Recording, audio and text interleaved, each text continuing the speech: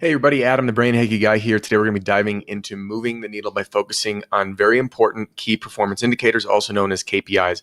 Now, I work in email, but I also work on different aspects that touch feeding the funnel of the email marketing. So today we're going to dive in on how focusing on just one key performance metric doubled someone's leads and drove the lead cost down almost in half. So here's some stats from a client, and I want to show you this. So we sat down and we said, hey, I'm just moving my face over here. Said, hey, what's the most important thing that we move to have a really big impact? Because people get really sidetracked by saying, hey, well, we want to do this, and we want to do this. And we make these massive changes when ultimately what we can do is focus on small changes. We've already built something. It may not be perfect. Chances are it never will be. But what can we focus on to move the needle? So let's take a look at this.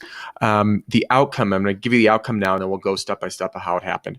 We were able to make some copy changes, drive Facebook lead cost in half, drive double the traffic, and increase conversion on a landing or opt-in page with very, very minor work involved for really big results. All right, so here were 3 ads that were tested.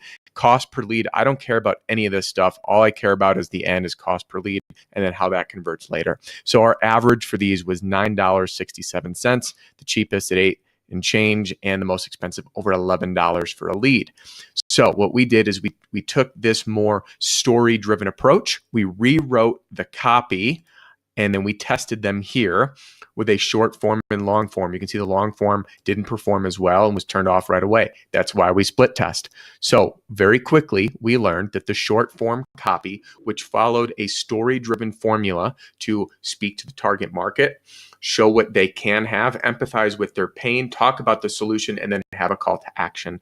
And it's a very personable experience because the copy on the platform, copywriting on the platform of Facebook is like starting a conversation, right? People are looking for comments and likes and feedback. They're going to click to the sales page or an opt-in page, and that page is going to do its work. But if we use the same approach that we do in email or a sales page, we try to go in for the kill, it doesn't work. So we started the dialogue. We maintained a $5.55 lead cost, which is nearly half of the $9.67 that it was before. Same creatives, same everything. Okay, you can see slideshow was used for both. Then all we did for the landing page was we took a look at it and we said, hey, let's rearrange the copy so it'll flow in a better way that's going to appeal to the visitor, to the prospect who lands there, so we can deliver the right information at the right time. And that's an important thing to realize. It's not just the right information, it's delivering it at the right time. So conversion was already really good. We were at 39.5%. All we did was rearrange the copy and write a new headline, and we jumped it up to 42.5%. So remember, all we did here was rewrite copy in a headline and rearrange things with a very precise approach. So what we did is we drove lead cost down in half. Take a look at this. The uniques here were 716 versus 354. Opt-ins 140 versus 304. We doubled opt-ins, okay, by doing pretty much nothing. So the takeaway from today's copy critique, which was a short one, is to examine your funnel. Find out what key performance indicators you can focus on to move.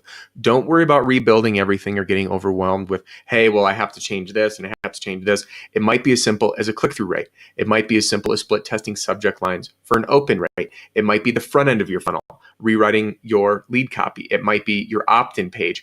It may not be the same for every business. In fact, I know it's not, because every business is going to run differently and everyone's got different strengths that are working inherently. Maybe it's the conversion of your pop-up on your website to feed the front end of the funnel. So just take a look at those key performance indicators and say, what metric, if I could move today, would have the greatest impact on my business? And focus on that one metric, do some testing, watch it move, and then rinse and repeat. And that's all we got for this week's copy critique.